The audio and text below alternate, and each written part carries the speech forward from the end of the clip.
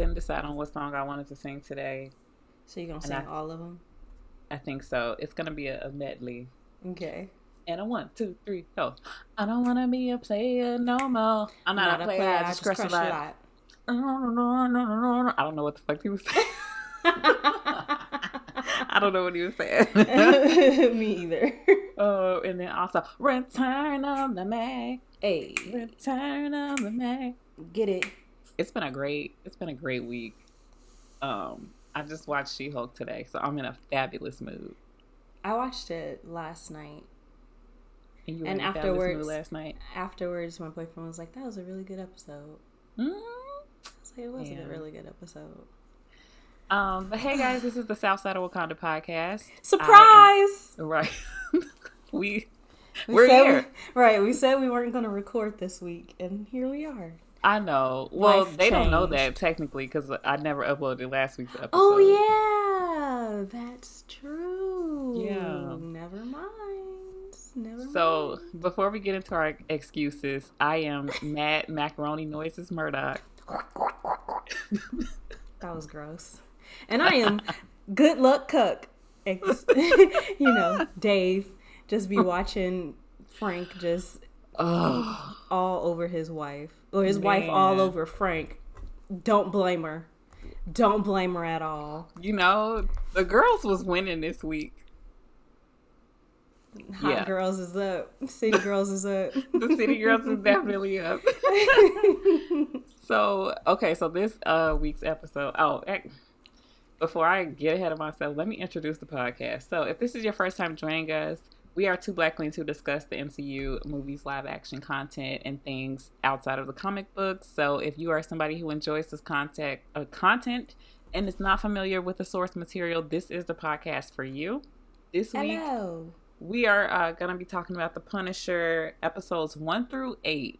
So last week we did upload, but we recorded. Right, we recorded last week, but there was technology issues on my end. The audio was just really, really bad, and we just decided that it would be better if we just did a redo this week. So yeah, here we are, and we're just gonna have a big long ass episode for y'all. Last week a lot of new stuff happened, so I'm just gonna do a brief recap of that stuff since it is kind of important for our people to know. I figure those of us who listen to our podcast might not live on TikTok like we do. So I'm just going to tell y'all this stuff just in case you haven't found out by now.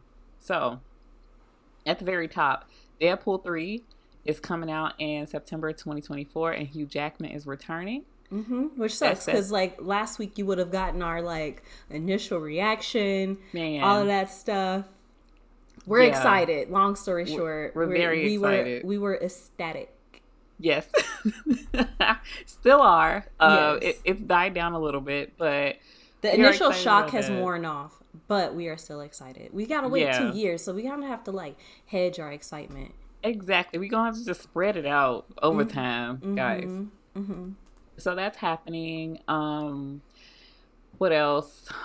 Wakanda Forever is gonna be 200 minutes. 2 hours and 41 minutes. I'm like, how long would that even be?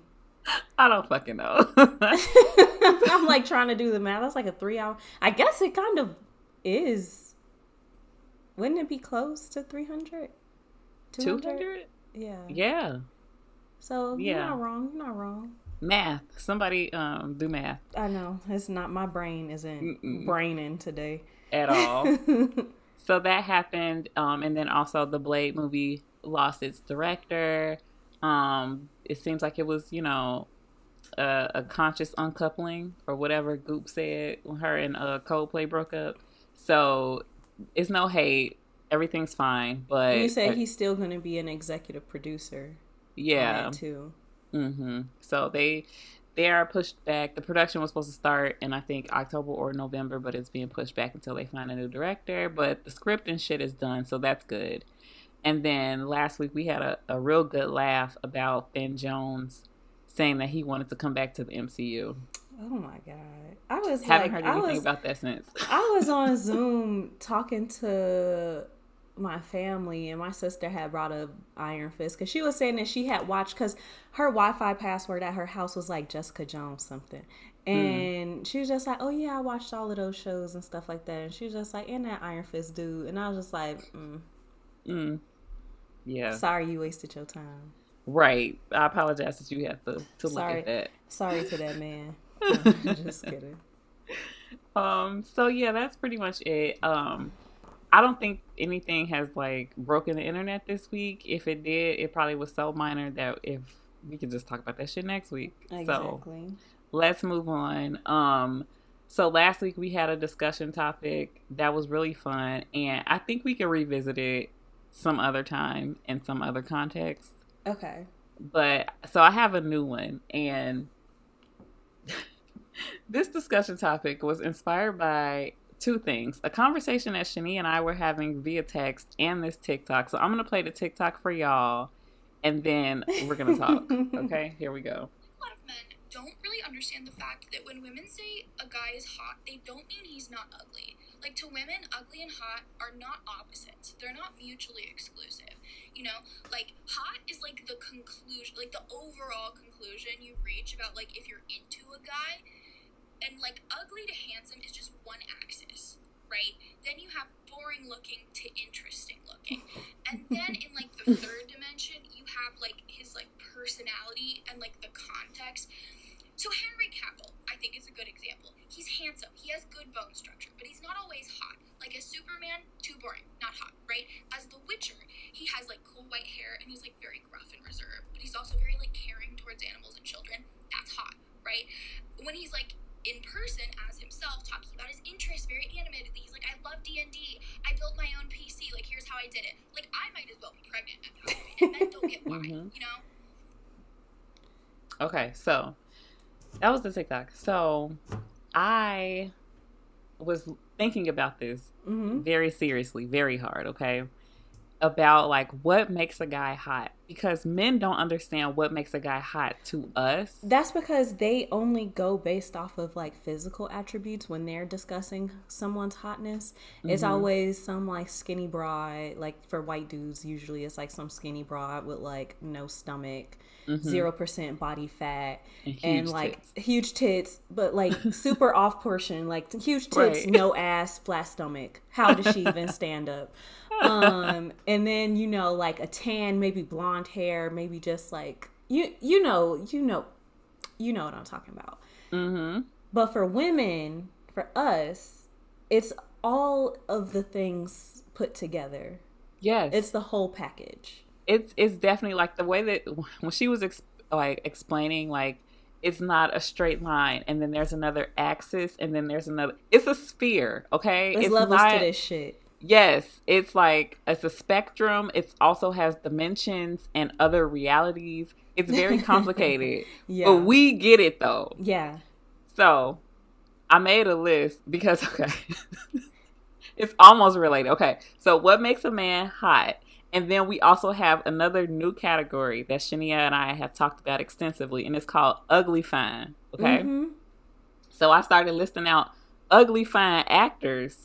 And I feel like we could just go through them and just talk about them. Okay? Let's do it. The first person that we talked about was ugly fine. Well, recently was John Bernthal. Okay. Yes. The Punisher himself. He doesn't have traditionally handsome features. If I saw him walking down the street, I'd just be like if he worked at Staples, I would just like he would ring up my shit and I would go, and then I just wouldn't think about it anymore. Exactly. But it is something about him that just... the characters that he plays and how overpowering. The walk. And the walk, the strength. I told Shani, I was like, he walked like he really be piping bitches down. Yeah. And it's something about like how stoic he is. Because, you know, I used to love me a nigga that didn't smile. Like, because why are you so fucking friendly? I don't like overly friendly, we in the struggle right now. Dudes. What you smiling about? Exactly. So, like, it's something about a dude that just, like, plays, like, those brooding type of characters and stuff that just really does it. Yes. And I will say, and we're gonna talk about this a little bit more. It's just certain things that he does as the Punisher, like very small, minute details. And I think that's what, like, about a woman, we're all about the small shit, like the little things that you think are insignificant, huge to us. Yeah. And every time he do one of these things, I know I'm gonna fold. I'm folding. Origami. Like a lawn chair. Yeah. Okay, so John Bernthal, Matt Smith is my number 2. Mm-hmm.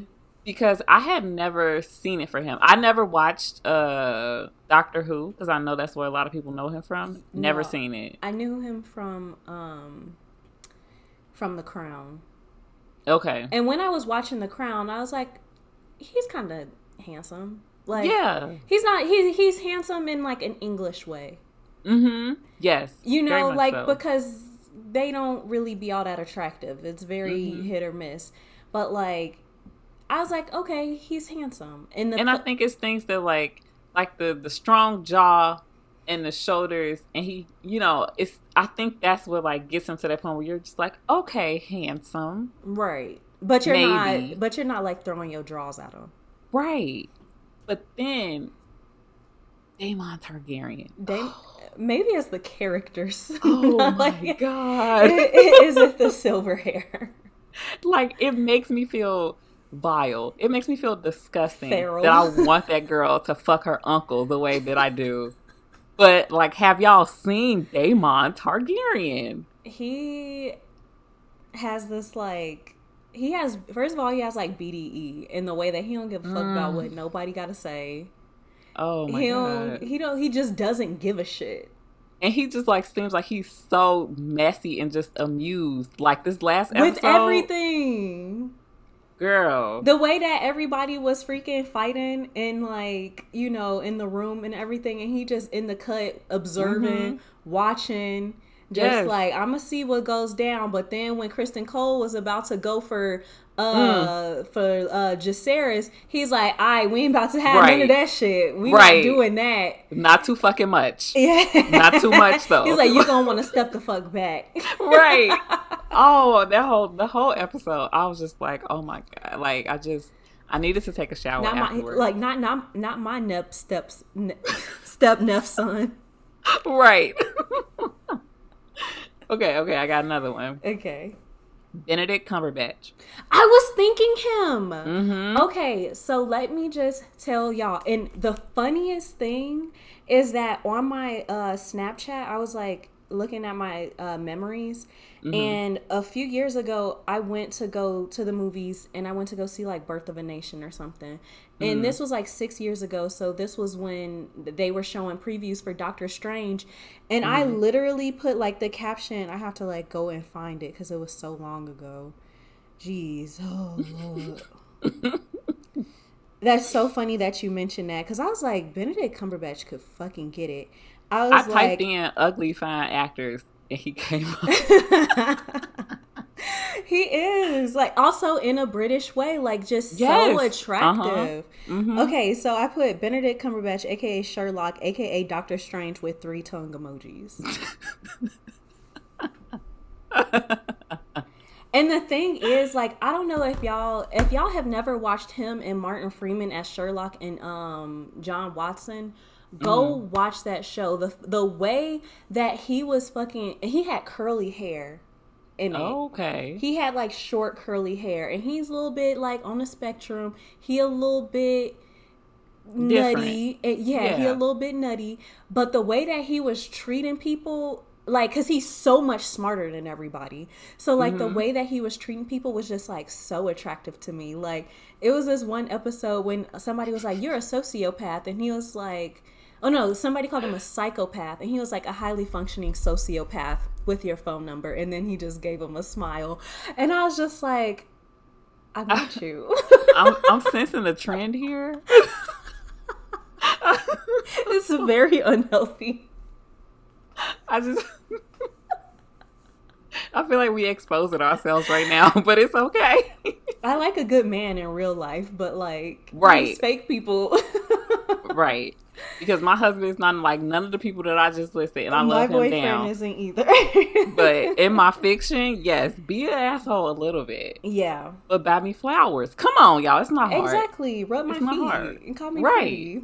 Right. And then punch somebody in the face. Please. Okay, next. Adam Driver. He also popped up. He's so strange looking. He's strange looking. I kind of got the fineness when I was watching one of them Star Wars movies.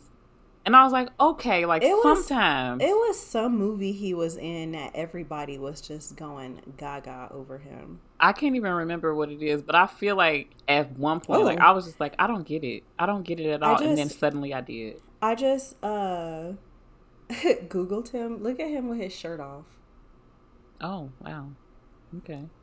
I know. Well, all right then. Oh, maybe it was The Last Duel. Okay. I feel like Adam Driver is like ugly fine definition. Like, in some lights he's ugly. In some lights he's kind of fine. I feel like if he had like a beard, he would be Keanu Reeves. That could be his nephew, for sure. They could definitely be related. Mm-hmm. Is Keanu Reeves on your list? Mm-mm. He's not ugly. I think he's just handsome in like a regular, everyday kind of way. Yeah. Mm-hmm. Agreed. I put James McAvoy on my list. Because for a long time I didn't get it. But then, like, I forgot what role he was in. And I was just like, he could get it. And then he's Scottish. Oh, I love me a Scottish accent. Oh my God. I think he's handsome. I wouldn't call him ugly fine. I think he's just regular handsome to me. You know, because like when he was Charles Xavier with that bald head, I was just like, oh. Maybe it was when he was Patricia. Maybe it was. I don't weirdo. But no, I said this because like for a long time I was just like, okay, he's just a regular looking white dude. But then I saw a TikTok of him and he was just like walking into a room. So much BDE. That's what did it for you? I was like, wow, I've never looked at him this way before. He was just being. He was just existing. He wasn't doing anything. And I was just like, oh, okay. I love that for him. So that means it's actually him and not a character. Oh, yeah. In real life, definitely. Okay, so my honorable mention, this is the last one that I could think of off the top of my head. It might be a little controversial, but Anthony Mackie. Yes. Okay, we on the same page. When we were like starting this conversation, and I was like specifically trying to think of black men that were ugly fine, and I was like, Anthony Mackie is ugly fine. Yeah, because like he got a little peanut head, but he's like so and he attractive. Don't have a jawline, and I'm into jawlines. Okay, he like it just goes straight to like a beard to a neck. Yes. And I noticed that when I was watching like Endgame I think it was Endgame, and I was just like, but I love it. Like I don't. Yeah. Maybe it's him. It's the tree I love trunks. Him. Yeah. It's definitely the tree trunks. But his personality, like the fact that I feel like if you got him by himself, like or just like in a casual setting, I feel like he's such a nigga. Man, and I feel like he's funny as shit, too. Oh, and when he was on, what was it, Wendy Williams? When he was just like, bring daddy a plate. Oh. Yes, sir. Yes, sir. I sure will. What you want? How many plates? Exactly. What you want to drink? You want me to make you a cocktail, baby? Here go a napkin. You want a beer? Like, what do you want? What else do you want? You can let me know when you're done. I'll come get your plate. He was like, he had said something like, if I'm outside and I'm, basically doing like housework and I'm doing all of this other stuff, he's just like, if I'm like, hey, daddy want a sandwich or some shit he said. And I was like, I know that's right. Go talk your shit, King. Go exactly. Because if you cut my grass, man, how many layers you want on your sandwich? Like, you want some chips? I got spicy nacho and I got Ruffles. You look like pickles a Ruffles on the side. Man. Mm-hmm. Whew. Oh, some fries in the air fryer. Whatever you exactly. Right. I don't know wake up at 3:00 in the morning for that man. Make him a sandwich. Honestly, I act like I don't wake up at 3:00 in the morning to pack my boyfriend's lunch. That's something that I do on the regular anyway. But I'm just saying, like, I don't know. I know mostly men listen to our podcast. I hope y'all are understanding what we saying. Like, all of these men, yeah, they might not be a Henry Cavill, but it's just a fire burning deep inside. It's something there, okay? And you know who fine? Kit Harington. He is fine. And I'm mad. I am so mad. I noticed on this last rewatch of Game of Thrones, you know, he had that beautiful curly hair and everything. And when he got resurrected, they cut it all off. And I was so mad. That was whack. Jon Snow definitely, I wouldn't say he ugly fine, but he's like regular fine. Like, he's just fine. Like, to me, it's like he looked like a regular white, like he would be in class with you on campus in like a college class. But then like when y'all have a group project, you'll be like, wait a minute, you fine. And you like, oh wow, I have a crush on this man. Like, right. And he a short king. Yes. And he looked like he's okay. Like, we like a short king who was okay with being a short king. Look at Tom Holland, okay? You gotta be okay with it. Man. You gotta have, like, all crazy types of, like, energy and confidence to pull Zendaya. Yeah. Because she's amazing. She's a literal goddess. Like, no, actually. Yeah. So, yeah, that was my discussion topic. We're going to hit on Ugly Fine a little bit later on in the podcast. But until then, let's talk about the Punisher. So last week I did a little bit of backstory. I'm going to just regurgitate everything that I said because it's important for y'all to hear it. So in April 2016, it was announced that the Punisher would get his own spinoff separate from the Defenders, and Steve Lightfoot would be the showrunner. He also worked on NBC's Hannibal, the TV show, and that Netflix series Behind Her Eyes that everybody went crazy over in 2021, I think. I thought that was 2020. It might have been 2020. It was definitely pandemic season, but we've been in a pandemic for like 8 years at this point. I don't even know. I don't know what day it is. So Steve wanted the season to be a slow burn, character-driven story spanning the 13 episodes, and that he accomplished that. He chose not to adapt any particular comic book, but he wanted to create his own story about Frank based on the things that was depicted in Daredevil and what will be the logical next step for him after Daredevil season 2. He also wanted to really dive into like how Frank is crippled with grief and all of the things that he's going through mentally.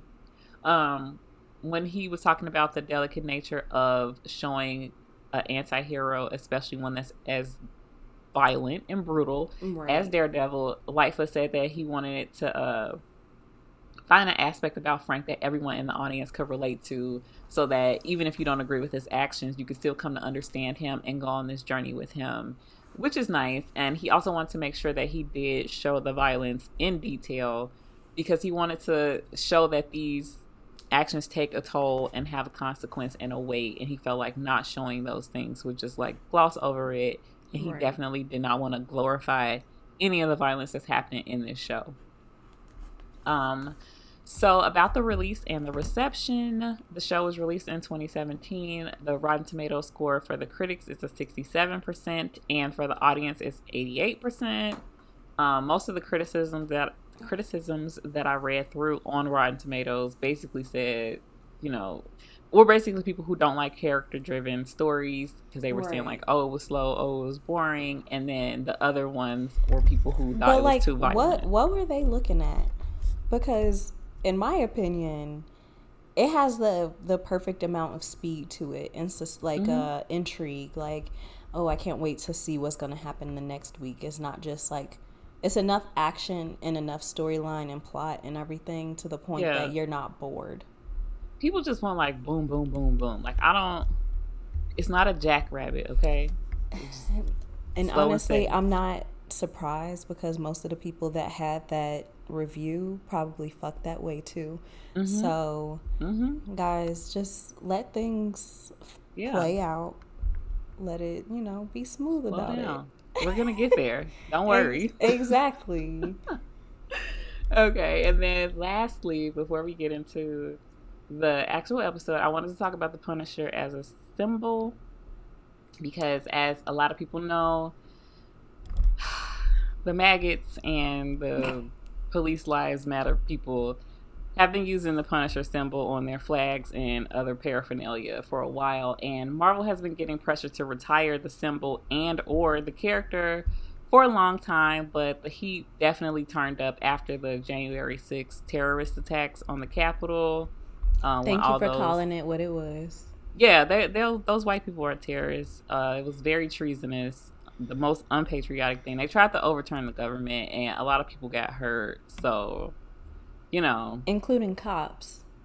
Right. The math definitely wasn't mathing, but a lot of those people who were there... It's called cognitive dissonance. A lot of those terrorists who participated in that had on that the Punisher symbol, which does not make any sense because, as we all know, the Punisher don't fuck with them like that, but I'll get there. So, this is something that I copied from Screen Rant. They broke it down so nicely. I'm just going to read it. The Punisher logo has been adopted by a number of different groups over the years, but has become more prominent in recent months. A former Marine, countless writers have been clear that the Punisher is the first and foremost a murderer driven by vengeance, putting above the patriotism and a sense of duty he left a long time ago. The Punisher admonished police for wearing his logo, clarifying that has no place alongside the duty of those who want to protect and serve. So yeah, they have changed it since all of that bullshit happened. Marvel has changed his symbol to resemble an Oni. O-N-I. I'm not sure how to pronounce it, but it is a Japanese mythological demon. And the demon used to be villainous, but in today's society, it's like a protector. Basically, the ultimate anti-hero, much like the Punisher. So, because of those people, they had to change it. I was getting some food yesterday, and I saw a pickup truck, number one. It was a pickup truck with the Punisher symbol on it. And I just rolled my eyes. Yeah, and it's just like, well, you obviously don't even, like, do you even know, have you ever read the comics? Have you seen the movies, the shows? Like, do you even know what this character is about? And if you did, then you obviously wouldn't. I honestly just don't understand how they saw the Punisher symbol and was like, oh, that's us now because he's a murderer. It makes no sense. It honestly doesn't. And what you said, like, I don't think that they've heard of any of this shit. And I told you last week, and I'll tell you again. Prince has a Punisher shirt because he's a comic book nerd, and he was wearing it while he was working. And some old white lady was like, "Oh, like I like your shirt." Like, she asked him about his shirt. And he was like, this is for the Punisher, the comic book character. And he started explaining to her, like, the Punisher doesn't like cops. Like, it doesn't make any sense that that's what y'all use. And he said she basically felt stupid and gave him a $20 tip. As she should. I feel like every white person should give a black person a $20 tip every single time you see them for reparations. He says, like, when that happens, he usually gets some type of a tip. Which is interesting. Especially like in Arizona, yesterday. I'm sure it happens so often. And he's working with exclusively like boomers. So yeah he's...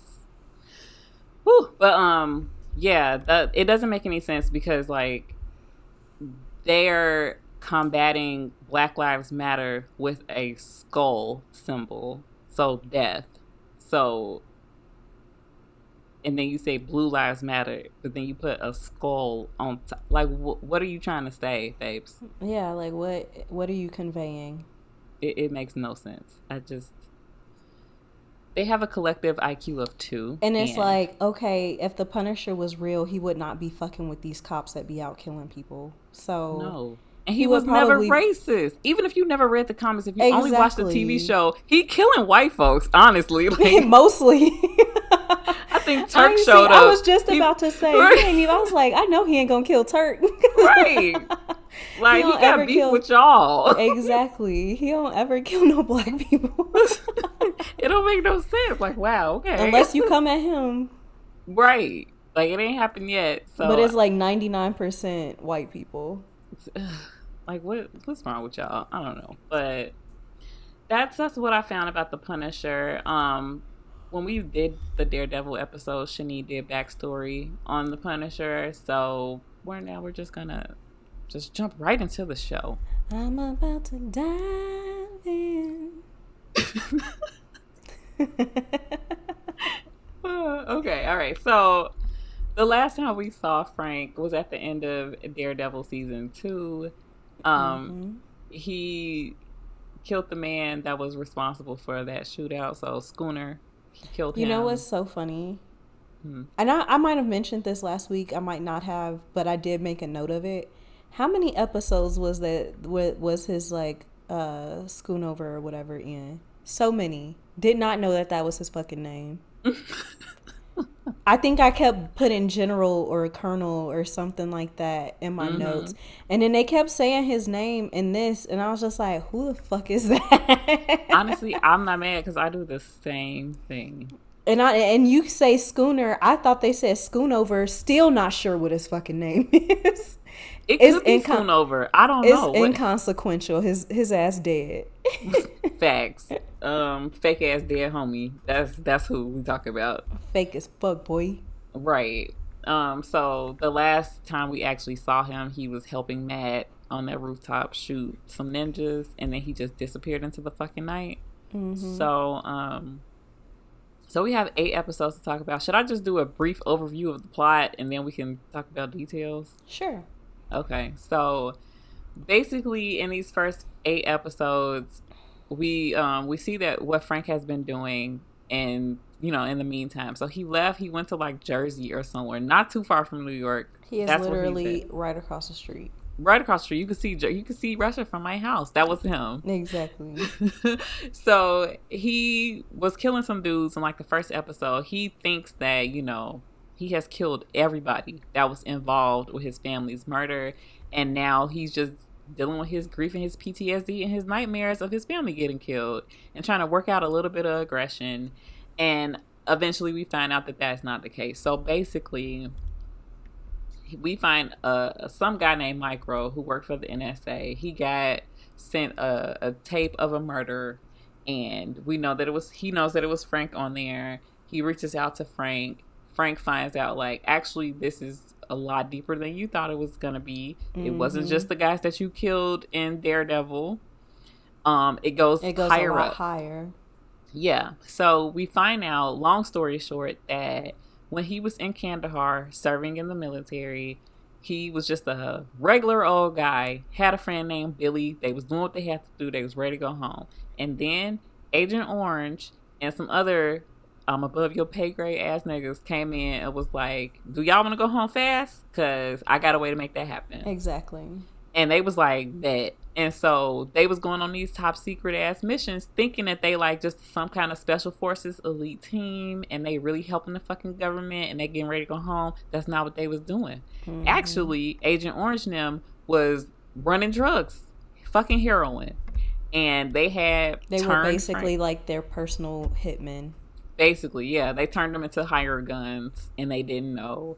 And they decided that, everybody got fucking died. Like, they wanted Frank dead, and so they decided to just shoot up everybody in the fucking park, and they were just assuming that if a whole bunch of dead bodies was there, then nobody would really ask questions about Frank and his family also being there dead too.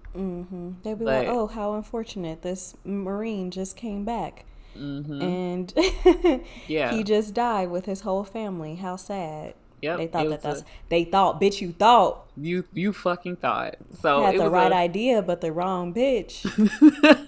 Definitely did. So yeah, they definitely should have double tapped Frank ass because one bullet ain't enough. In the head at that.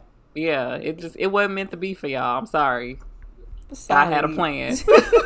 You need to fucking check. Right.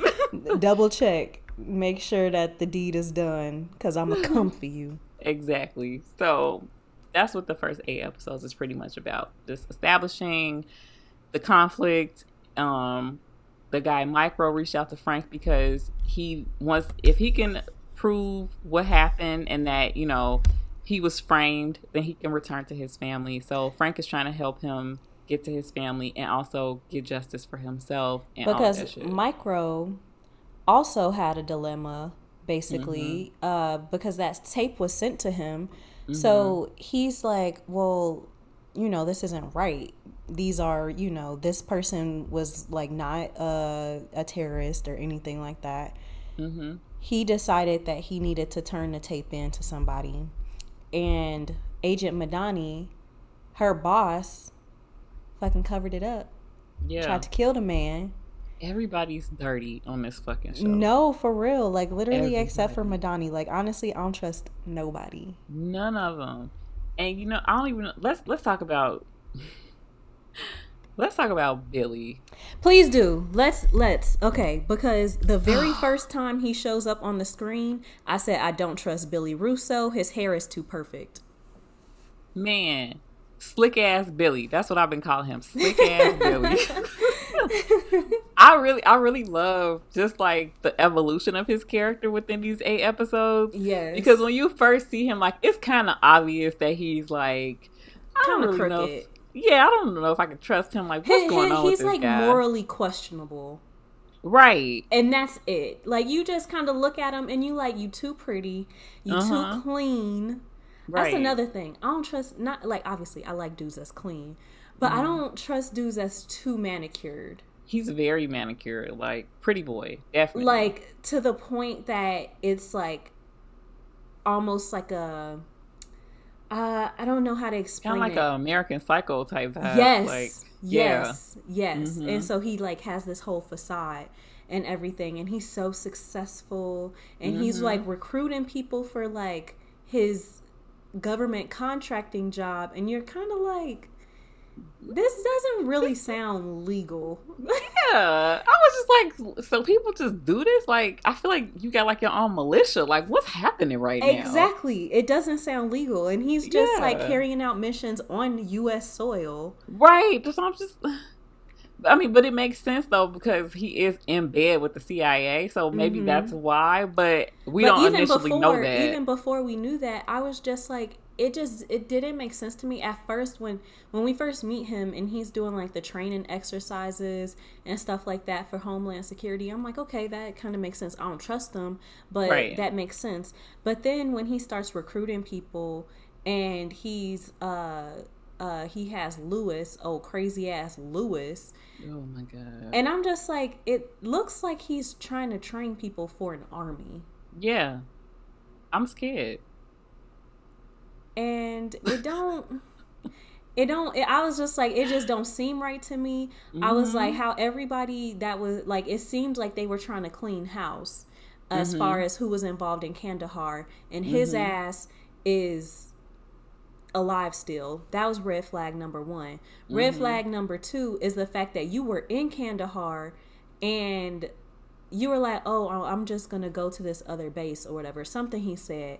And then I'm like, you are doing this, like you the one.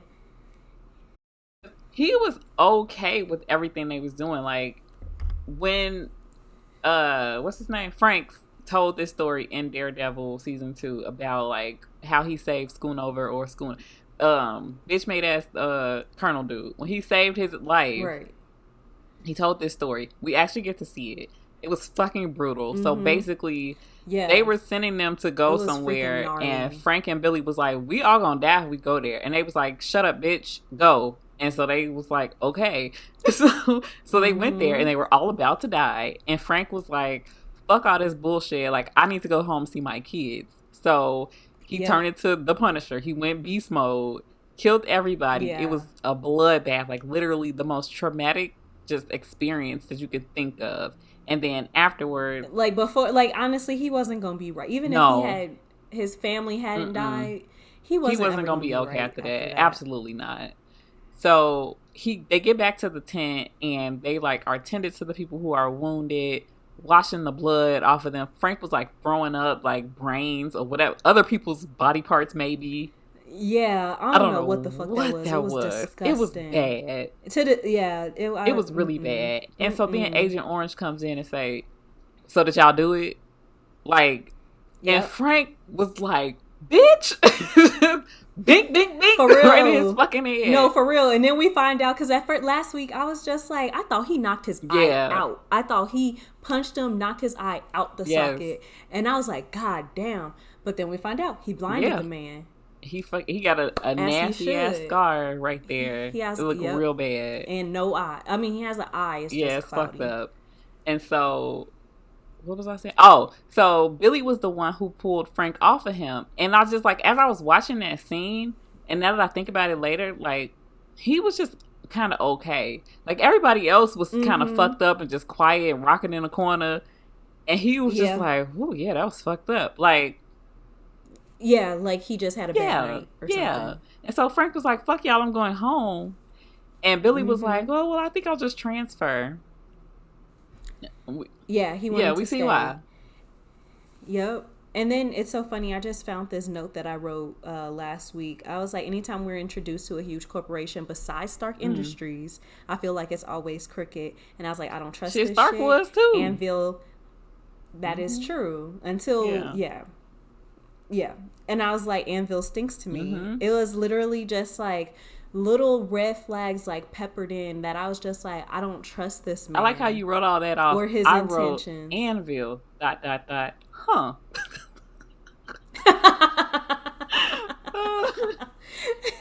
Same. It's the same thing. Yeah.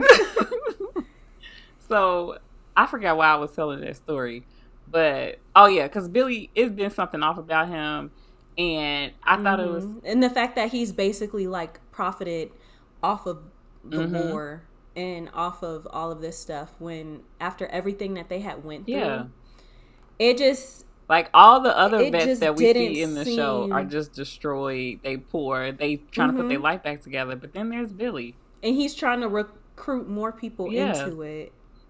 And, like, making a substantial amount of money. He got a door. He got a car when the door opened the opposite way. So, you know that made that money. Man. So, to me, as soon as I saw him, I was like, Yeah. Nope. And I can't believe Madani don't see it. She really is just trusting his pretty face. Like, I was so confused by her because when she first met him, it seemed like she was irritated by him, but she saw him as a means to meet an end. So when she fucked him on the first night, I was like, oh, is she trying to like play the Game of Thrones a little bit? Like, you trying to... I thought the same thing. I said Madani knows she only fucking with Billy to get info on Frank. She's mad crazy for fucking him with her shoes on.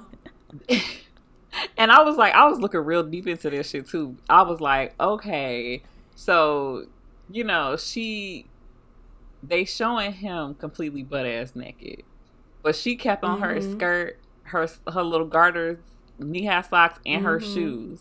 And then when they showed him fucking, he's on the bottom, she's on top. So I was like, okay, she's in control of this. I think this is symbolism. And then the next time, it was like 2 days in a row. I was like, oh, bitch, you spent the night. Maybe I got it wrong. What did I say last week? Get that bread, get that then head, leave. Then Peace leave. out. Okay? But then, again, I was trying to be symbolic. So when they was fucking the next day, she had her back turned to him. So I was like, okay, maybe the symbolism is like, she's not really trusting him. She's not really into it.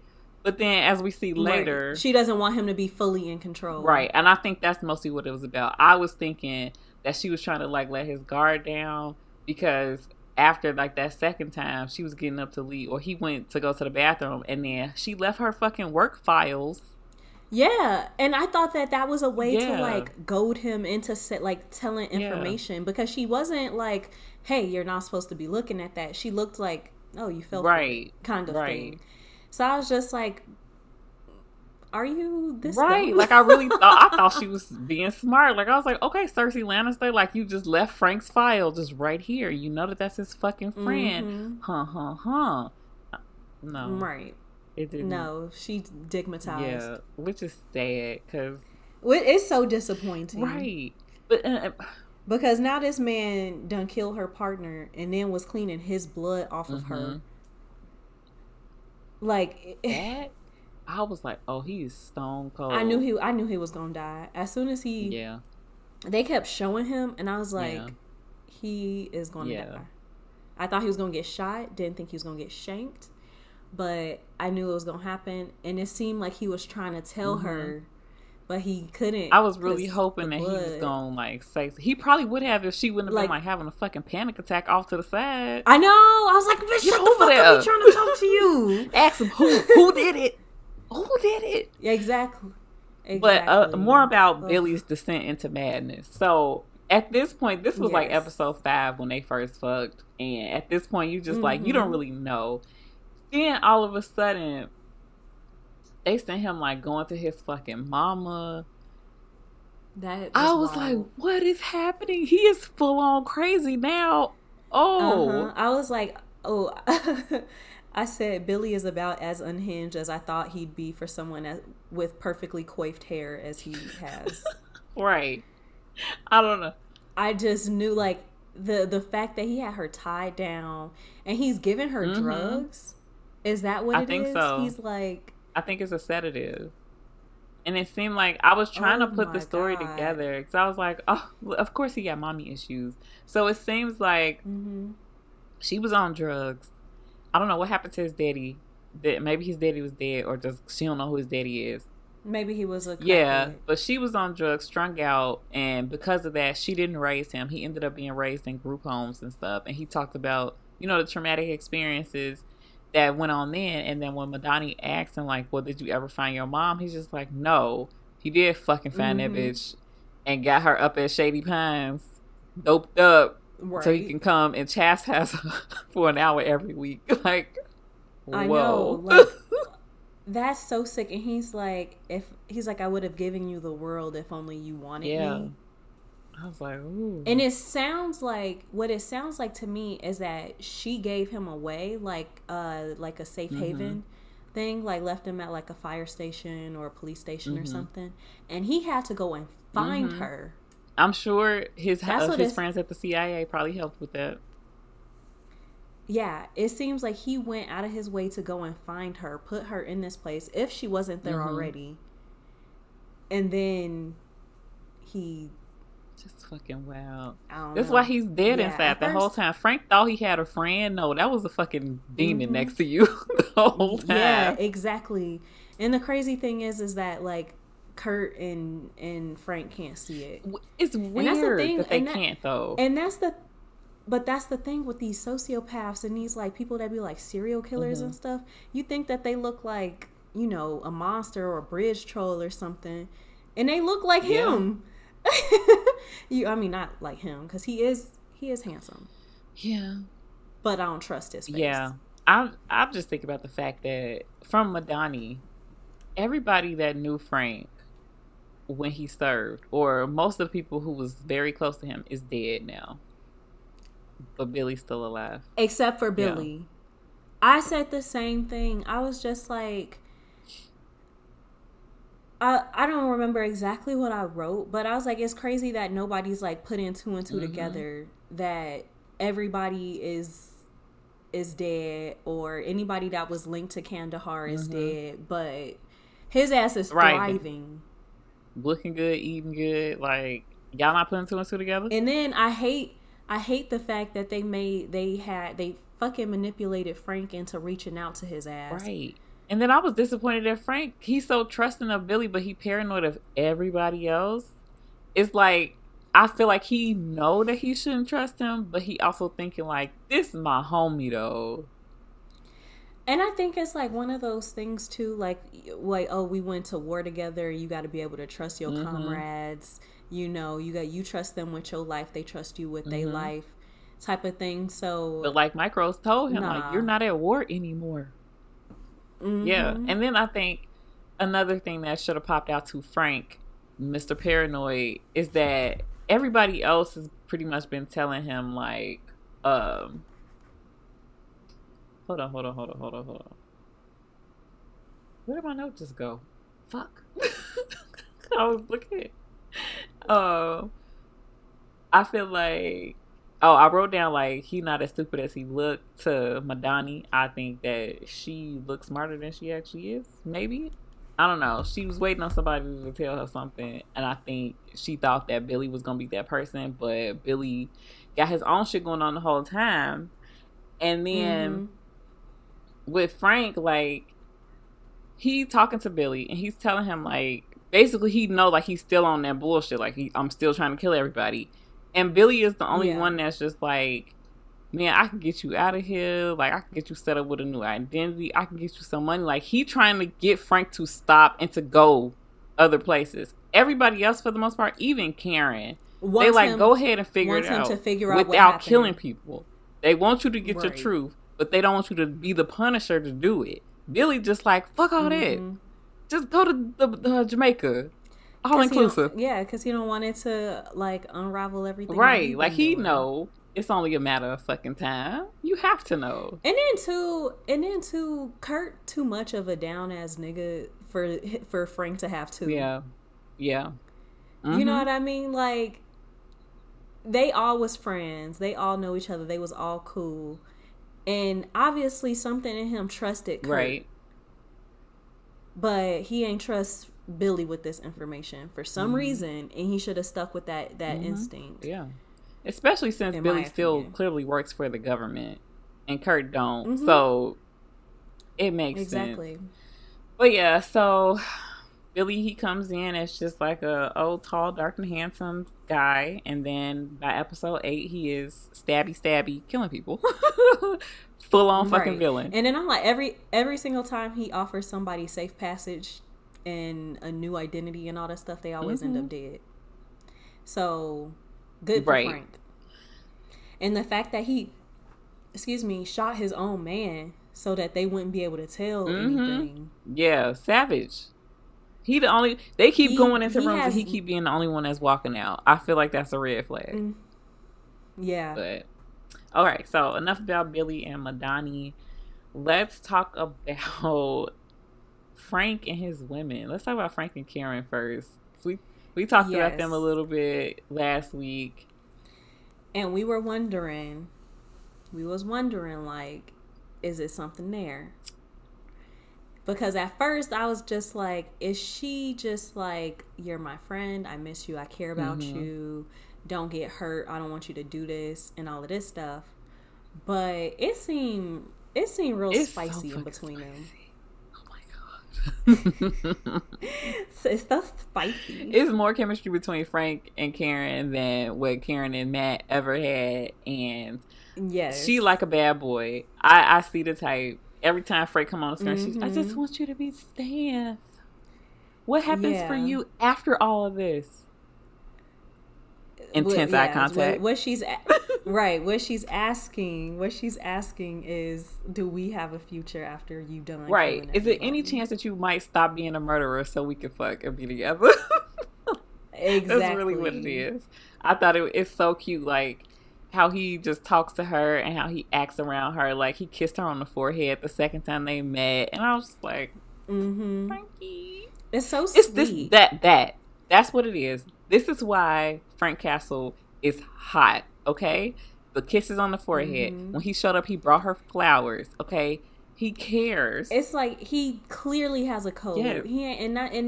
Because there was a point where Karen met with Madani, and it was at a point I'm like, I don't know who interviewing who at this point, but it was just like free. Karen is basically saying that like she trusts him. He has honor. You know, he has a code. Like he's an honorable man, even though the world see him as like a murderer. She's just like, he's honorable. Kind of in a way that, like, Jon Snow is honorable. Yeah. He gonna kill everybody, he doesn't. Right. I get it. I'm right there with you. And so in that conversation, it was just really heartbreaking that, like, Frank was telling Karen a story about his family, and it was just really heartbreaking because I think it was like at that moment I realized that Frank and David Micro are basically in the same position. They are kind of like two sides of the same coin. Definitely. You know, they both got into some shit, and Micro was trying to do it the right way, and we see how they got into some shit trying to serve their country, which is wild. Trying to do the right thing. And, you know, like you said, Frank was serving his country, following orders, trying to do the right thing and all that stuff. And they tried to kill him for it. And then the thing is, they tried to kill him because they thought he was the one that snitched. Right. So it's like these two people were trying to do the right thing, and they ended up basically half dead. Yeah. And like David is like playing dead in order to save his family, and Frank ended up, getting his family killed inadvertently, which fucking sucks. And Frank, he doesn't want Karen to run a story because he cares about her. He doesn't want anything to happen to her. And he's basically like, if you run that story, they're going to come after you. And I can't, he's like, I can't lose you, basically. That was sweet. And I did enjoy that interview scene or interrogation. I don't know what kind of scene it was with her and Madani. And I was like, Karen might be a bad liar because she clearly looked like she knew that Frank Castle was alive. But at least she's very fucking loyal. Like, she did not show her hand. Sir Kristen Cole could never. Okay? No, he would have folded. Ever. As soon as Madani shut the door, he would have been like, okay, I know exactly where he at. Oh, Frank's alive. I'm so sorry. I know exactly. I did it. It was me. He would have been snitching. So I love that she a down ass bitch. So, and I like how she flipped it. Gonna take out her little notebook like she doing an interview. I was like, okay, Karen, you got that shit on though. She got that journalism shit on though. Okay. Yeah, I love that for her. Okay, so since we're talking about Frank and Karen, let's talk about Frank and Sarah Lieberman. Sarah want her some some Pete. She was Pete. Throwing it at Pete. And bitch, I'm not mad. You come to my house fixing shit. I get it. And bringing flowers.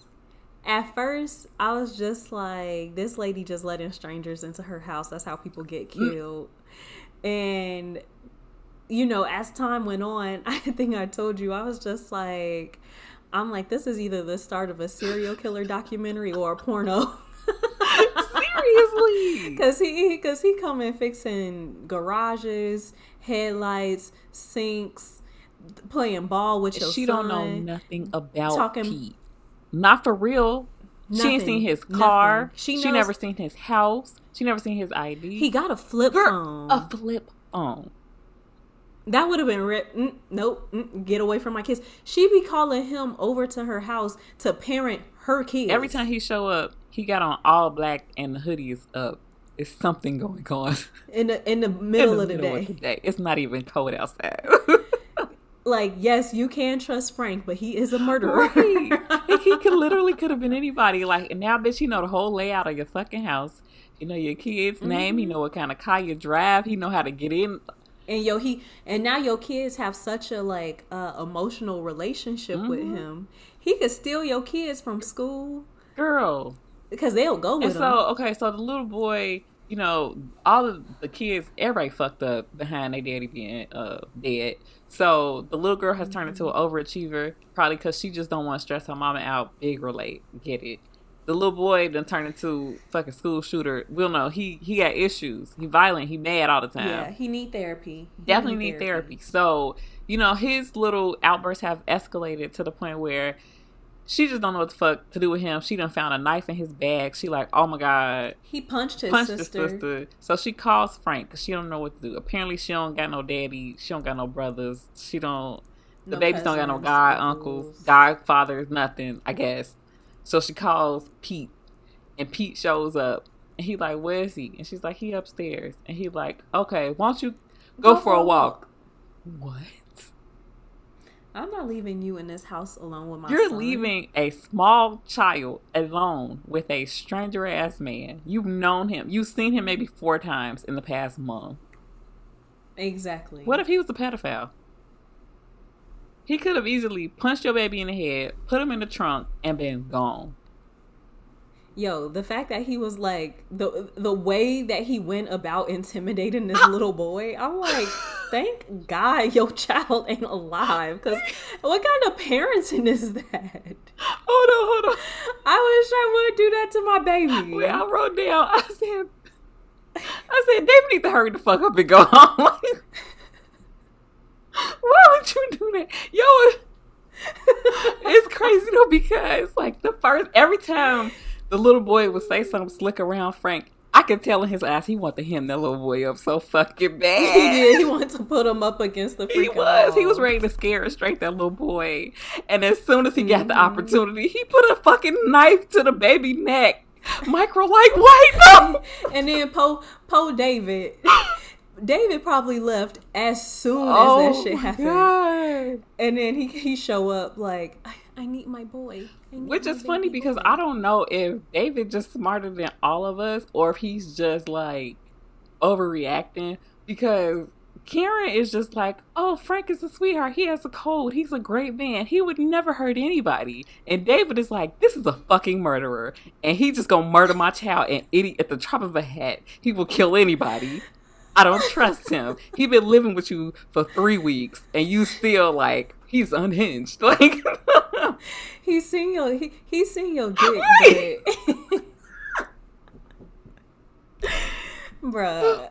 But it was so cute. It was so cute. And yeah, it worked. But the kid part is after he saw David Lieberman's dick. So yeah, I forget how did this even happen? Frank just popped up. Oh yeah, because they had invited him over for dinner because he had been helping them do stuff around the house, and he was like, "Yeah, I'm gonna go." But when it was time to do the dinner, he was probably like killing somebody or something. Something was going down. No, he was with Gunner. Right, he was on his right. deathbed. He was finna fucking die. He had killed a whole bunch of people. He was busy. Okay, so he didn't make it to the dinner, and so like a couple days later, he bought some flowers and was like, oh, let me help. But he really brought the flowers because she had decided to turn off the fucking Wi-Fi to punish her child. Exactly. And David was like, oh my God, I can't see the cameras. They dead. Everybody's dead. So Frank ran over there. I thought he did that on purpose. What? I thought David did that on purpose to get Frank to go over there to see if he would sleep with his wife if he knew the cameras were on. I hope that's not, I don't think so, but that was... No, that's not what happened. That would have been like initially when they went down, I was like, I feel like he about to try and watch him, like see if Frank gonna do the deed with his wife, just to like as a trust. I mean, exercise. If he believed that Frank had a code, like Karen said, he would have known that Frank wasn't gonna go there. But David thinks that he's a fucking animal, so he was just like, "Well, you finna get fucked on camera. Oh my God, right? Let me go get a bottle. You about to make a porno. Right?" But then what David said though, because I think I wrote down something like, Frank know he gonna go grab some fucking flowers. And you know what? A lot of you men at home, y'all need to take a fucking note from the Punisher. It don't take nothing to go to Trader Joe's and get some $8 flowers, okay? I went to visit my best friend. We were at the Trader Joe's. I managed to buy her flowers and she didn't even fucking know. I didn't even know. So simple. We had the same. We were in the car together. I am very oblivious to things. The bar is so fucking low. Like, he could be a murderer and go visit a girl and think like, oh, let me stop and get some flowers real quick. He don't even have a job. It's no excuses. How are they buying He probably stole them. But you know what? They making gourmet meals, buying flowers and shit with what money? With I don't know, but they figuring it the fuck out. You know, if he wanted to, he would. Okay. If he wanted to, he would. Right. But, and then I also said, it'd be some nice fucking flowers too. Like, a murderer could still be a gentleman. They're not just carnations. Man. Like, those are easily some like $20+ like. And David peeped it like, peonies? You got her peonies? And I wrote down, you buy me peonies? Oh, we fucking. I'm not even mad at Sarah. And you drinking rosé with me? We definitely fucking. She was like, "Let me give me another glass," because she was ready. Right. Every time he see her, she got a glass of wine. I ain't mad at it. I'm not judging. Because if I wasn't pregnant right now, I'd be drinking wine every day too. Her husband dead. Them kids stressing her the fuck out. Yeah, give me another bottle. I know. Yeah. I don't even need a glass. Just come on. What she need to do is stop calling fucking Pete and call a psychiatrist. Yeah, or her mama. Where's your mama at? But. What's his mama? Right. That's another thing too. David's family wasn't shit. But anyway, back to. I mean, even if they like out of state, you don't have nobody you can call. or just get up and move, girl. If Prince is, God forbid, if something like, ever happened to him that we was not together, I will be back in my mama's house so fucking fast. I'm not finna just be raising some kids by myself. And then too, like, why are you still in the same house, in the same neighborhood, in the same, got your kids in the same school, and allegedly your husband died as like a traitor? Mm-hmm. But she should have still been able to get like the life insurance money and shit. Like, they not poor. No, they should have it. But what I'm saying is, like, you know how fucking white parents be when it comes to stuff like that. Oh, I want you to, because the little boy said he lost all his friends, so it's probably because his friends' parents don't want him to hang around them. So it's just like, why keep your kids in that situation? Exactly. Your husband had a job. Y'all look like y'all was doing pretty well in life. Your husband was an NSA analyst. And you can't just... Y'all got me... Like, that's what I'm saying. Like, I agree with you. Like... You can downsize, get a 3-bedroom apartment y'all somewhere. Y'all could have left. It's no reason. A lot of people I know, like... Because, like, in scary movies and shit, they'd be like, well, why wouldn't they just leave? But the people be poor. They wasn't poor. You had the money. No, they at least were upper middle class. Right. Especially in New York. Girl, if you would have moved to Ohio, y'all could have had a fucking mansion. Exactly. But who wants to live in Ohio? Anyway, so... He bought her flowers, and she tried to kiss him. He kissed her back, and David was mad. But what was Frank? Was he really supposed to not kiss back? Like, because she is an attractive lady, but at the same time, like, I feel like he genuinely cares for her, and he already know, like, well, she going through a lot. If I just be giving her the fucking Heisman, like, ew, right, cooties, right. Like, I feel like he was very respectful with it. He turned her down in a way that would not make her feel bad about herself or make her feel stupid. I feel like he handled the situation perfectly, but I get it. Like, you don't want to see nobody kissing your woman. I get it, but he was real in his feelings about that. This show is so emotional. It really is. You wouldn't think that the subject matter would lend to it, but people be devastated in the show, crying, going through real just heart-wrenching, gut-wrenching emotions. Like, even Frank, like, I feel like his default emotion is anger, but he's also very sad. He's also very caring. Sad. Yeah That one episode where it starts off with he's dreaming. I think it was like after he got shot or something, and he's dreaming, and it's like his family and Lieberman's family, and excuse me, I was like, this is somewhere in the multiverse. But basically he, you know, like, you can tell, like, you know, because your dreams are an extension of, like, your conscience and all that stuff. And when people walk in with guns, all of a sudden he's not having fun anymore. Obviously, he's, like, tied up. And it just seems like he just feels so out of control with like the whole situation and the things that he's gone through and everything. So that was really telling that that's how he feels, like, on the inside. Like, he didn't have any control over what happened to his family. He's, and the only way he can take back control is through killing. Yeah. And that's so sad. And it's to the point where I don't think he thinks that there's an end to it. Yeah. So it's like there is no happy ending for him. Because he I don't think he, like, knows what else that would look like, especially since, like, it's not like he could go get a fucking therapist, which, hold on, tangent. How the fuck do Sarah Lieberman not know who the Punisher is? I be thinking the same fucking thing. Because, like, when he had all the facial hair, like the little hipster vibe, which was fucking sexy. When he shaved all that shit off, baby, you look like Frank Castle again. Exactly. Was that not national news? No, like, I feel like it, especially if they, let's say they live in New Jersey, I'm pretty sure that's, like, y'all getting the same news. You know what I mean? Like, I don't think that it would be that different. So it's wild to me that she doesn't, like, maybe she just doesn't watch the news because of everything that happened with David. Okay. Yeah. I'm going to go with that. Because every single time I'm like, even on, like, Neighbors, like, he outside all willy-nilly playing football with the son. Her neighbors ain't like, that look like that man. Who Frank is that? Castle. Like, her husband dead. Who is this man? Exactly. You know, you got a nosy neighbor. And white people neighbors be going out there, go talk to you.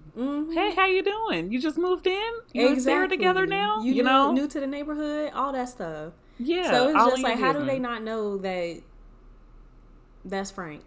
That just, it didn't make no sense. But I brought that up to say, and maybe too, it's like, oh well, he's supposed to be dead, so maybe he just kind of looked like him. I don't know, but that's not even for somebody that did all the horrid crimes that they said that he did. Him still being alive is not that far fetched. And had a very public trial. I don't know if it was televised, but it was very public. Yeah. So I don't know, but I brought all that up to say, like, it's not like he can go to therapy or like move somewhere and start like a semi-normal life, because even if Sarah Lieberman don't watch the news, some other bitch that he gonna try to talk to will watch the news and be like, hey, he kind of stuck with Sarah or Karen. Right. So that's fucking sad that it's just, we don't even know what the future looks like for him. But another part of the show that makes it so emotional for me is that he just loved the shit out of his wife. And like how him and David was just sitting there like talking about like, oh, how they met their wife, and he's just like, man, as soon as she looked at me like she had me, I was done. And I was like, damn, do niggas really sit and talk about their women like this? No. It's so fucking cute. I wish a woman wrote that. Man, like, I wish a woman would write my life. They was getting drunk too. Ain't no way. No. I just know that they was not like men that just don't sit around talking if about. If they did, I would be very surprised. I enjoyed that scene. Me too. Because I wish that it was real life. I wish that Prince is somewhere in a room like, oh my God, like, her glasses are so cute. Oh my gosh, Shanice's forehead, it just really does it for me as soon as I saw it. The back of her ankles, oh my God. And when she gets to cackling, don't choke. Almost choked. Okay, so should we talk about Billy? Because I'm guessing that storyline is gonna go somewhere. We talked about not Billy. Lewis. I mean Lewis. We definitely need to talk about Lewis's crazy ass. I love how you knew who I was talking about. Because I was just looking at my note about him. His storyline is actually very tragic to me. I think that to me is like one of the saddest parts of the show. Yeah, because you kind of know he's a ticking time bomb when we first meet him. And, like, every scene that he's in, you're just, like, so fucking scared that he just gonna kill somebody. And then, girl, I was like, they worried about Frank, little baby Dahmer done skipped torturing the family pet and went straight to killing old people. Right? I said that I said that he's becoming the Unabomber. Man. Because he killed that dude and then built a bomb. To blow him up and get rid of the body. That's what I assumed. I assume that too, but if he that good at it, he might just keep going. Shit, I don't know. And I think that the character Lewis is like a really good visual explanation of what the show is trying to tell us about like veterans and the military's abuse of power and how like young men are manipulated. Manipulated. Yeah, into like serving their country and feeling like this is giving their life purpose, and then they get home and they have nothing and they're broken and there's nobody who could really like help you come back from that. Right. And then it really doesn't even matter the fact that he has a support system. He has that's the saddest part about it, is that he has such a supportive father who's just like, you are a strong person. You fought, and now I want you fought for the country, and you gave so much of yourself to that. Now I want you to fight for yourself and all of this stuff. And he was given such a good speech, but it was like, damn, it's already too late. Yeah, you're right. And he was already like, I feel like going to the little circle time meetings, I forget what they call them. That was a step above what a lot of people would have did. Yeah.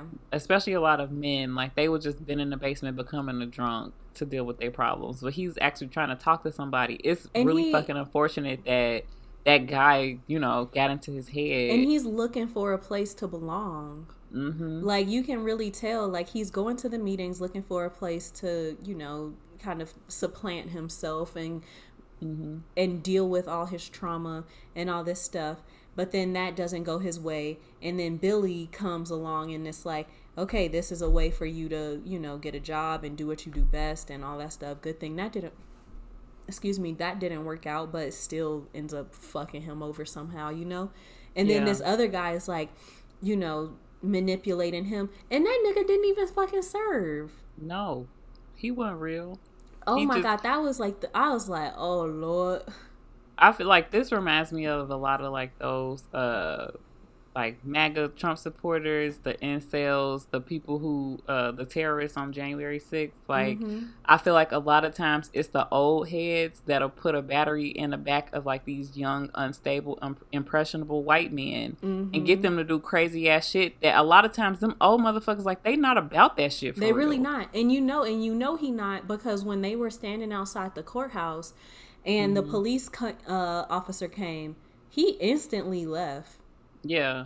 He instantly He's like, left. I don't want no trouble. Lewis got arrested, called dude, and he didn't show up. I think his name is O'Connor. He didn't come, didn't answer. So he called Kurt, who's always in your fucking corner. Kurt. Yeah. That's who the fuck you should be listening to. Exactly. And the saddest thing is that he's not. He's going to all these other people because maybe Kurt is all about the talk and he don't want to talk.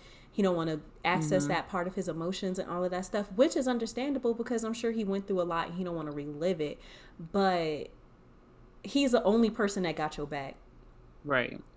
Billy ain't have your back. Billy was about to have you on U.S. soil carrying out missions, killing people who are further also traumatizing yourself. Exactly. And then this other dude wanted you to fight for your God-given quote-unquote Second Amendment right? Nigga, what? God ain't make fucking guns. Like, you he stupid. Sure didn't.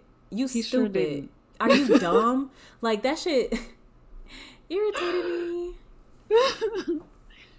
But yeah, so I think that's pretty much what I got for the first 8 episodes. I got a lot of little random, stupid comments that I made, but overall, I'm enjoying the show a whole fucking lot. Me too. All right, so let's talk about She-Hulk. We got 2 episodes to talk about, I guess. I completely forgot about that other episode. All right, cool. Well, I mean, not too much happened in that episode anyway. It was basically her at a retreat getting, talked to by Emil Blonsky and trying to eat, pray, love herself. Exactly. She got ghosted by that guy Josh, who I knew we couldn't trust. None of these dudes on this show. I don't trust any of them. No, he sucked pretty hard. She was in a romantic comedy for like 3 days or maybe a week, and then they fucked, and then he did the dip in the morning, and she ain't heard from him since, and it had her feeling real bad about herself because it seemed like everybody liked her pretty best friend, who's actually the Hulk. Exactly. And nobody is there for Jenny from the block. So last week me and Shani were both very shocked that episode seemed like it was just that episode. Emil Blonsky is not a bad guy, maybe. We were just like, what the fuck? Yeah, because we were kind of on edge the whole episode, just like, okay, when's the other shoe gonna drop? Something crazy was gonna happen. And then I thought that for most of this episode too, and something crazy finally did kind of happen. Yeah. So I think we can just talk about this episode. Last week's episode, nothing, like you said, nothing really happens. She got ghosted. He was actually working for that intelligentsia, or the big bad, whoever that may be. He got her blood some kind of way and recorded them having sex. Yeah. We'll get to it. But you know what? Let's skip to that part. Yes. And then we can fangirl later. So basically, like Shani said, Intelligentsia is looking like that's the villain. And we were introduced to them in episode 6 with Nikki and Mallory talking about it. So that was the first time we heard of it. And then we were just like, oh, okay, that's probably going to come back up later, but whatever. Right. And so now she's at this gala getting an award for like Best Female Lawyer of the Year or something. Yeah. And while she's up on stage with a couple other girls, which she didn't expect to get that with other people, and I understand. Because I mean, it kind of defeats the purpose if you're saying best, if you give it to like 4 or 5 other people. Right. The name of the award should have been changed to like noteworthy female lawyers of the year Top or something. female lawyers of the year. Right. Something along those lines. So she's up there getting her award, about to present her, like say her little speech, which was so fucking cute. Like her parents were there. Her colleagues, her boss. Everybody that was important to her pretty much except for her cousin was there. And as soon as she gets to talking, really, somebody commandeers the fucking screen and starts like trying to slander her, and then they start playing her fucking sex tape. That crossed the fucking line. And then she smashes the scene, because I wrote like, Jennifer, if you don't smash that fucking teleprompter, and as soon as I finished typing that out, she did. Right. And I was like, good job. I love how like Mallory was the one that was like, don't do it, you know, and she's like the black woman in corporate America that's basically just like, don't lose your cool. Do not be the angry person. I don't think that are people seeing this the way that we seeing this, the skin folk I don't think so. I don't think that people are reading Mallory's character. If they are, no, I don't know if people are even talking about it, but they need to, because the fact, like, she's such a good character and such a good representation of a black successful woman in the workplace. Even when she accepted her award, she's just like, I don't like being asked what's it like to be a top female lawyer of the year, or whatever, you know what I mean? She's just like, basically, this isn't an accolade to me. I'm a good lawyer, period. I'm not a good lawyer for a black woman. I'm not a good lawyer for a woman. I'm a good lawyer, period. Yes. And especially when y'all like insult me, you get all these other hosts up on the stage. Like, who is the best though? Exactly. If it's not gonna be, it's like one thing if it's like award, a nomination and then it's like one out of them 5. Like, that's one thing. But yeah, I really enjoyed her. Like, I just enjoy her character, even if I love her. Period, because she's been Mimi in Rent, she's been Angelica in Hamilton. Please sing her name. I love when you do that. I said, please sing her name. I love when you Angelica. I just absolutely stan a talented queen, and I don't know. I think that I like the little bit that they're giving us. Hopefully, people are noticing it. I know the black women that's watching it probably do. The black women have to be, and Straw Hat Goofy, because remember a couple months ago he was like, it would have been really crazy if She-Hulk would have been black for obvious reasons, and people would have like, you make everything about race, but it applies. Yeah, because now that person was about to expose her and show her sex tape to a room full of her, like you said, her family, and her colleagues, her peers, and she understandably got pissed off and stopped it. It doesn't matter that She-Hulk smashed it. She could have been Justin Hammer when Tony Stark was embarrassing him. What did he do? He went and unplugged the projector to protect himself. He didn't just sit there and take it. Exactly. So why did y'all expect her to take it? And now y'all acting like, oh my God, she's going to kill everybody. No, that's what? Like way more vulnerable and way like, and they're like slut shaming her, like, and she's a slut. Like, because she has a sexuality, because she likes to have sex. Who fucking doesn't? Who does that? Like, y'all, her literal ass, like, butthole. She had on underwear, but that was her butthole on the screen. Her daddy was right there. Exactly. What did you expect her to do? I would have been pissed. I think that she didn't. I don't think she reacted strong enough. Man, yeah, heads would have rolled. It would have been a lot of Hulk smashing. And you know, going on. As soon as I saw that part, I was just like, wow, there isn't a incel online that's not about to, oh, I thought she was able to handle her anger. That is a very appropriate way to like react. I know I just said that it was an underreaction, but her being upset at people calling her a slut, saying that I think they said she was like underqualified, she wasn't a good lawyer. Can't remember all that what she was saying. And then they ended it by calling her a slut and showing her sex tape that she did not consent to fucking make. Exactly. And I saw a lot of incels that was like, oh, looks like she should listen to Bruce. Listen, was Bruce right about the fact that people will turn on her? Yes, he was. But Bruce was not saying, like, you just gotta be a fucking pushover. Like, Bruce wasn't talking about sex tapes Exactly. and shit. Bruce was talking about completely different He was talking scenarios. about aliens and yes. society as a whole, kind of, and all that stuff. Like, he wasn't talking about getting slut-shamed at a freaking work event. And personal attacks. Bruce Banner has never had nobody come at him for not liking Bruce Banner. No one has ever talked about Bruce Banner. They might say the Hulk this, the Hulk that, but they never talk about Bruce Banner. And the one thing that they don't do is they don't separate She-Hulk from Jennifer Walters. Maybe because she can't separate herself at this point because it's like her job. But they're like, oh, when they're talking about on the thing, they're saying Jennifer Walters is a slut. Yeah. Because she like it's completely different, and she didn't do anything to deserve the hate. No. Now the Hulk, he broke Harlem. He did a lot of wild he shit. Did. Okay, he did. So if you want to hate him, okay. But Jennifer is just living life. She just had sex. She's minding her own. She business. is a single, it's completely different woman who is having consensual sex with men. And for men to like, do y'all want to go fuck each other? Because it's just like, why y'all so mad that a woman is having sex? Because it's like, don't you want to have sex with a woman? Don't you want a woman to willingly have sex with you? So why are you? That's the part. The willingly part. They don't want that. Exactly. So it's like, so why are you so mad that a woman is having sex if you want to have sex too? Unless you want to have sex with a man, which and there's nothing that's wrong with that, but they also be homophobic at the same time. Like, it just don't make sense. It's just you and your hand tonight.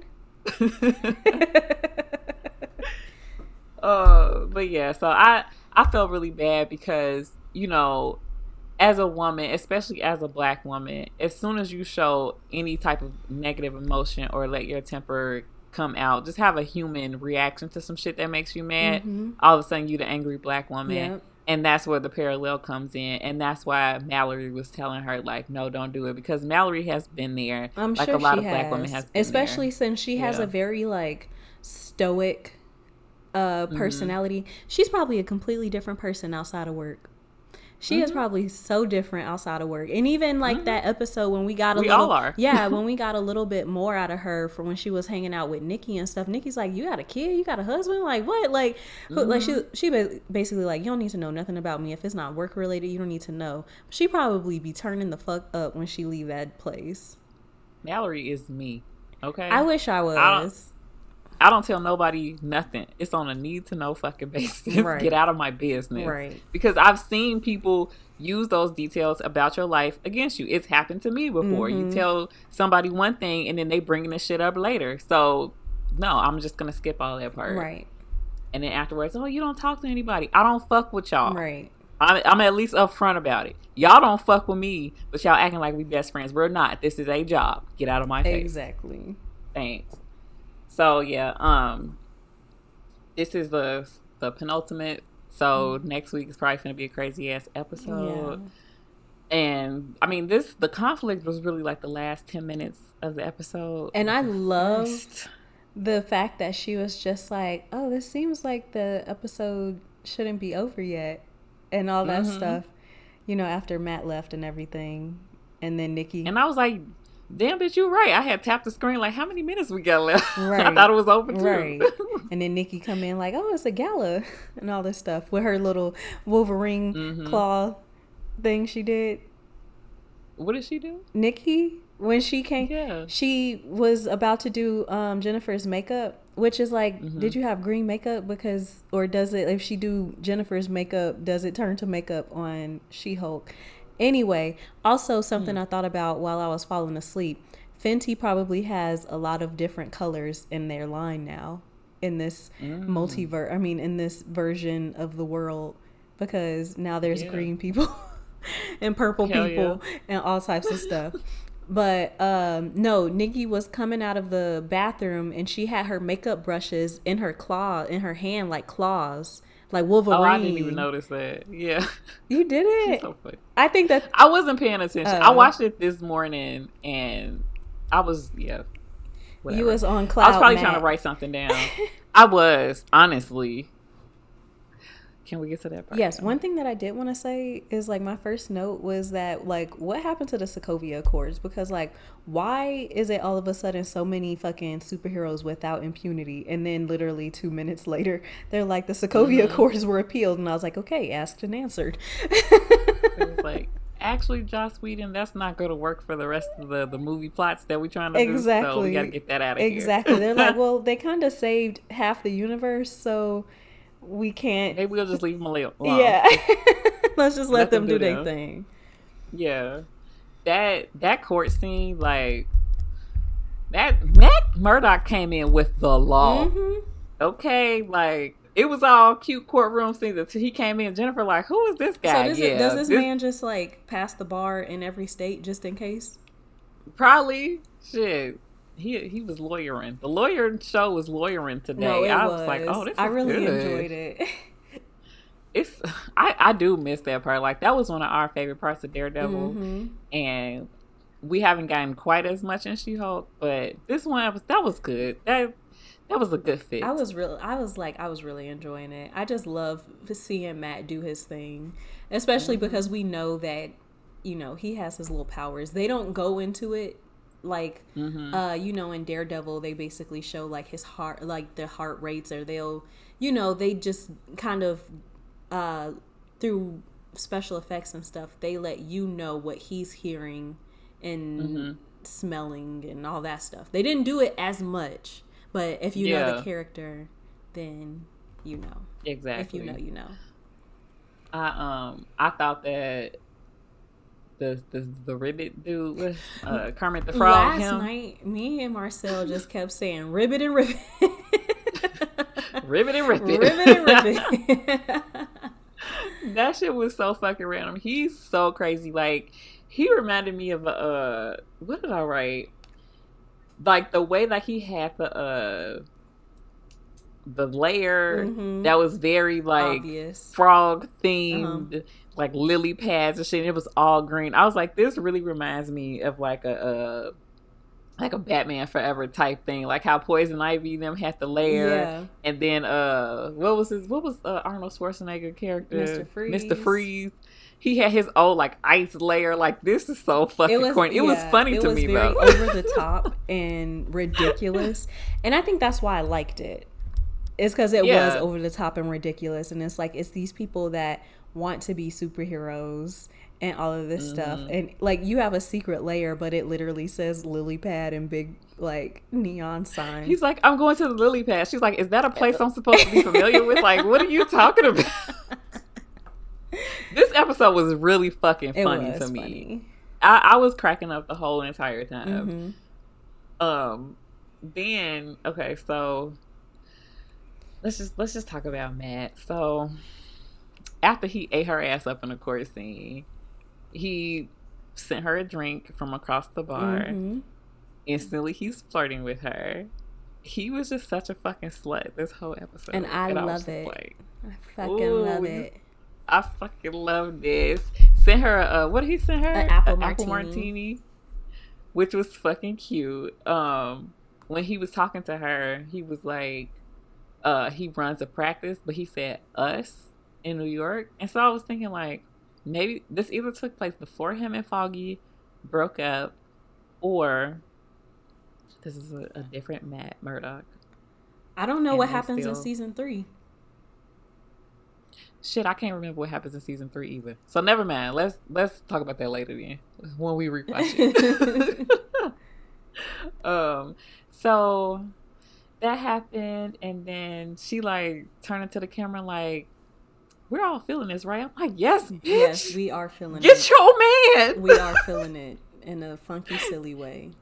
She was so adorable, like how she was flirting with him, like he just saying little shit. And she's sitting at the bar having the same reactions that we was just talking about how Kit Harington, if you have to do a group project with him, you'd be like, oh my God, he's fine. This is the same shit. He comes sit next to you at the bar talking, and you look at him like wait wow. a fucking like minute. I didn't really look at you at first because, like, we were just opponents and you blind, so I wasn't really looking at you like that. But now I'm looking at you and I'm like, oh. Yeah, I go. I see it. I see it happening for us. Right. And then like they little fight that they had. First of all, him in the suit, he looked fucking amazing. And then he was extra flippy. I feel like they gave him a little bit more juice. Because he was jumping real high. I wasn't really feeling this fight. I will say that.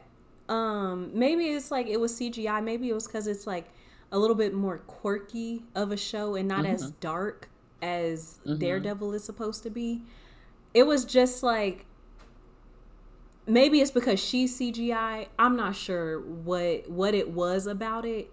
But we definitely not used to seeing him in anything close to CGI. Yeah, exactly. So I think that kind of like took me out of it for a little bit.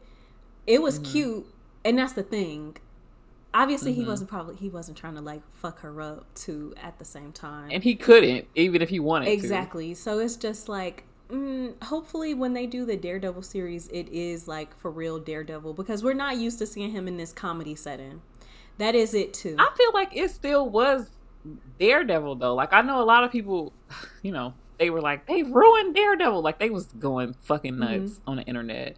But to me, it feels like, I don't know, Matt is very broody in Daredevil, but I feel like he's still like, is kind of quirky. Like when he's interacting with like Claire and like the side characters, even when he was interacting with Jessica Jones, like he would say little things. No, I agree. Let me know, like, I agree with that. But I mean, as far as like the tones of the shows are different.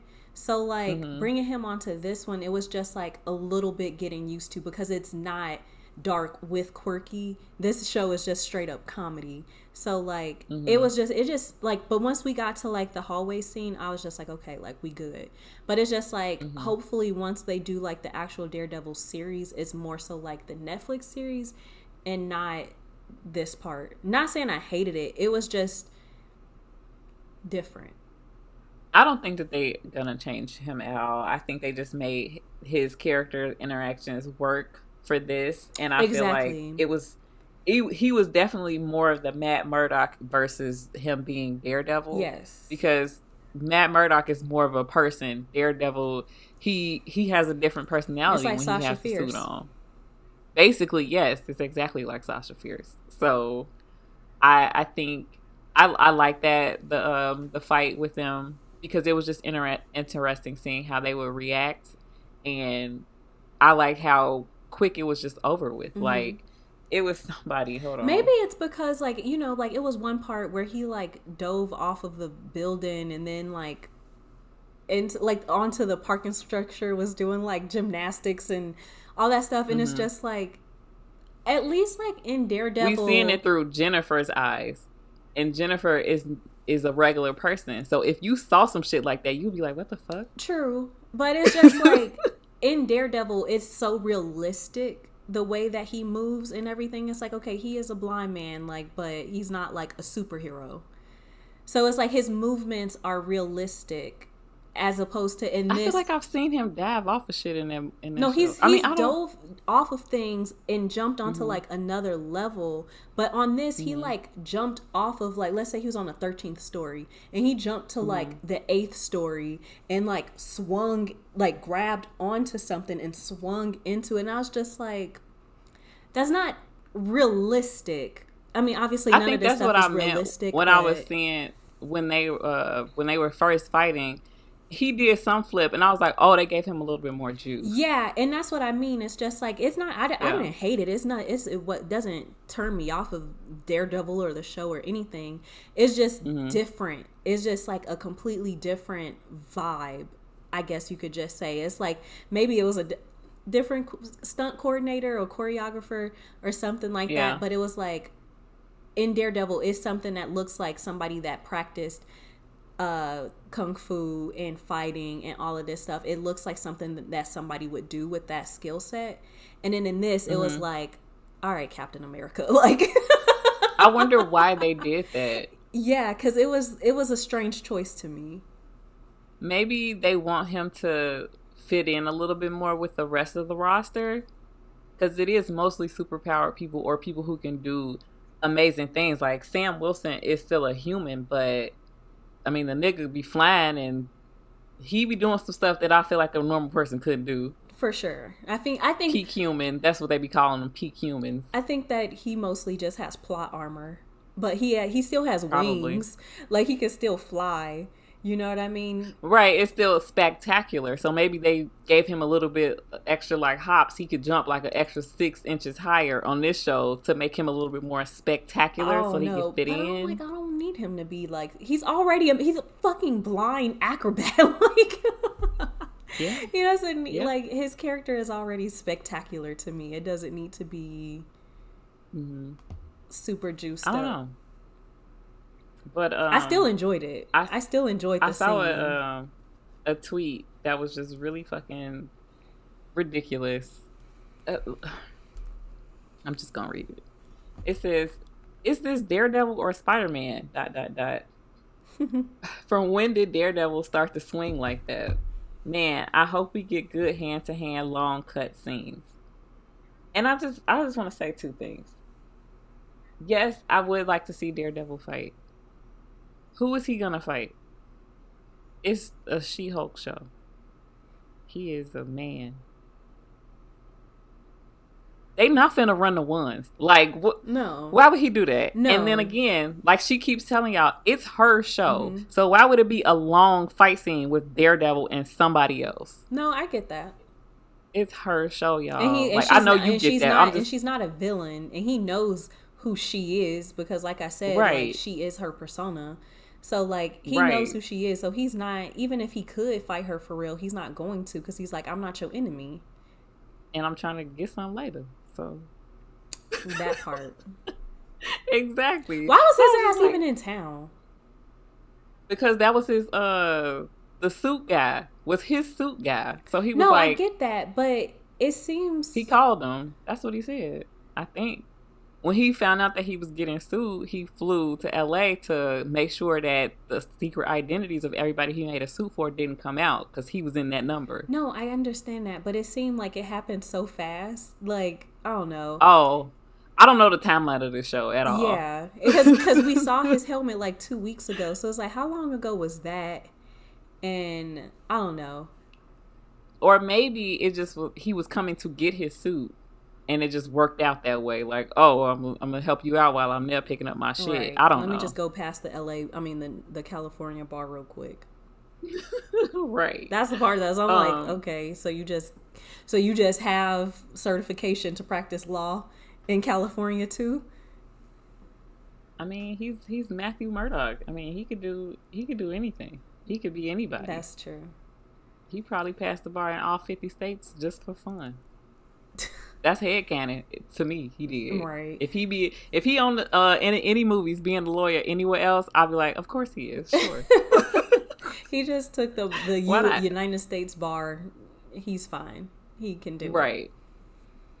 Another thing that the nerds was saying online was that it was just so out of character for Matt to fuck Jen, and I was just like, have y'all seen Daredevil? Right. He got bitches. Go ahead. He got mad bitches. I know you was supposed to... His literally a part of his characterization in the first season was that he got bitches. Like, and fucking Foggy. And Foggy was like, oh, he doesn't do girlfriends. They don't stick around long enough to become girlfriends. What does that line say to you? If not, come on. If not, I'm that man. Like, you know what I mean? Like, he be running through them. We've watched 2 seasons of Daredevil. Mm-hmm. He had Karen just on a leash. Still is. Bad. One of them bad. Still is. Claire was gonna get Claire if he wasn't fucking crazy, and she had some sense. Mm-hmm. But it was almost happening. And then a fucking Elektra. All bad. All bad. Him and Luke Cage, like, they not missing. Please stop playing with them. Okay? Matt Macaroni Noises Murdoch. He gonna get the draws. Exactly. Come on. So I was just like, why are y'all surprised? Who wouldn't go? I'm confused. What did Prince just say? He commented on a status on Facebook. Let me see what he said. Yeah, I was real surprised. He said, like, I saw TikToks complaining that he smashed her talking about he a Catholic. They must have not seen the Netflix show Buddy Be Fucking. Come on, he a Catholic. He be really a Catholic, y'all. Oh, that's really where y'all draw the line now? Really? Fuck out of here. Wow. So yeah, that Super People was I don't know. But yeah, it's just like the little things that he was doing in this episode was really fucking driving me crazy. Like, how you flirting with heartbeats? Yeah. Like, you niggas don't stand a chance. He like, oh, your heart beating real fast right now. She's like, no, it's not. Like, it's like, cool. And like, they would actually be ugh. really cute. Like, and then seeing him do like a cute little walk of shame, loved it. I was like, this is fucking great. And then Nikki ass, messy ass. It was a guy in a devil suit outside doing a walk of shame. She's like, that was from you? Okay, girl. Yes. Yeah, they little banter is everything. She called him the Gold Devil. They played the Daredevil theme song. Yes, I loved it. Loved it. It was so funny. She was just like, are you the Gold Devil? Like, what are you? He's like, I'm Daredevil. And she's just like, never heard of you. Okay. Like, am I supposed to know what that is? Right. Like, I love her. I love seeing her in her super suit for the first time. Mm-hmm. She looks so fucking good. One more thing I want to talk about, and then we can wrap up this episode because it's getting kind of long. So Shango Sims, I watched this video before we started recording. He was talking about the lame dude with the Wakandan spear. Mm-hmm. He thinks that he's the villain of the whole shit. I think so too. Like, I agree, because they keep bringing him up. He's in every single episode. Damn near, yeah. And he's really close to Jen. He knows a lot about her. Then he got this Wakandan spear. He paid $1 million for it. And Shango is just like, if anything is going to be able to pierce the Hulk's skin, it might be a Wakandan spear. Maybe that's why he had it. He has all this money and resources. He might be the one that's behind this whole intelligentsia operation, paying people to, do the lab or whatever the fuck they was doing in episode, I think, like 5 or 7, whatever. So I think that's it. I mean, it's been really clear for a long time that Titania was not the villain, and we've been trying to figure out where this shit was going. We probably not gonna get anything wrapped up since we only got 1 episode left. Right. But next week is gonna be fucking interesting. I agree. Oh my goodness, my stomach is growling. I hope Matt comes back. I enjoyed the hallway fight a fucking lot. But even if not, like, I just like seeing her interact with other characters. Yeah, her and Wong was great. Her and Matt was great. Mm-hmm. I'm excited to see other people. Me too. Do shit with her. But yeah, that's all I got. Me too. All right. If you made it to the end, thank you so much for hanging out with us. We are the Southside of Wakanda podcast, and this was our Punisher episodes 1 through 8 discussion. God damn. Next week we'll be talking about episodes 9 through 11. Don't forget to follow us on Facebook, Instagram, and TikTok. And before you go, I have one more person to add to the ugly fine list. Whom? Robert Pattinson. Sometimes. Because sometimes in the dark, I'll be like, oh, I get it. But when you turn them lights on. Sometimes. Yeah. Not Twilight him. Mm-mm. No. Like everything else after. Right. Okay. That's it. Also, like and subscribe on YouTube, guys. Bye. Bye.